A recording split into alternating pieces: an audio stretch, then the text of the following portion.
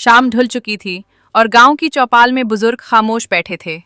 दादी अम्मा ने अपनी लाठी जमीन पर टेक कर आहिस्ता आवाज में कहना शुरू किया कि बेटो, ये बात बहुत पुराने जमाने की है, जब एक दूर दराज मुल्क में एक बादशाह हुकूमत करता था, जो ताकत में तो बड़ा था मगर दिल से बहुत जालिम था। वो जरा सी बात पर लोगों को सख्त सजाएं देता, किसी को कैद, किसी को कोड़े और किसी को जलावतनी। उसके नाम से बाजार सुनसान और घरों में खौफ छाया रहता। वो समझता था कि डर ही हुकूमत की असल ताकत है। एक रात वो रेशमी बिस्तर पर सोया तो एक खौफनाक ख्वाब ने उसे जकड़ लिया। उसने देखा कि उसका तख्त आग में जल रहा है, महल की दीवारें गिर रही हैं और वही लोग जिन पर उसने जुल्म किया था खामोश नज़रों से उसे देख रहे हैं। न कोई शोर, न बद्दुआ, बस ऐसी खामोशी जो दिल चीर दे।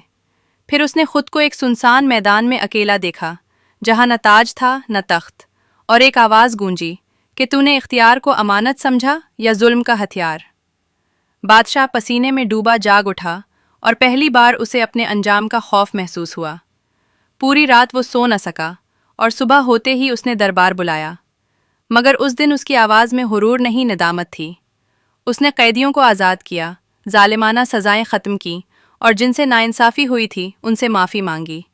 लोग हैरान थे, मगर वक्त ने साबित कर दिया कि वो वाकई बदल चुका है, और वही बादशाह जो कभी खौफ की अलामत था, इंसाफ की मिसाल बन गया। दादी अम्मा ने बात ख़त्म करते हुए सबकी तरफ देखा और कहा कि याद रखो, असल बादशाह वो नहीं जो तख्त पर बैठे, बल्कि वो है जो अपने नफ्स पर हुकूमत करे।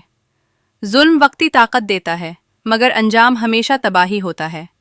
इख्तियार मिले तो रहम के साथ, ताकत मिले तो इंसाफ के साथ, और अगर कभी गलती हो जाए तो मान लेने में ही इज्जत है, क्योंकि जो इंसान आज दूसरों को रुलाता है, कल खुद आंसू बहाने पर मजबूर हो जाता है।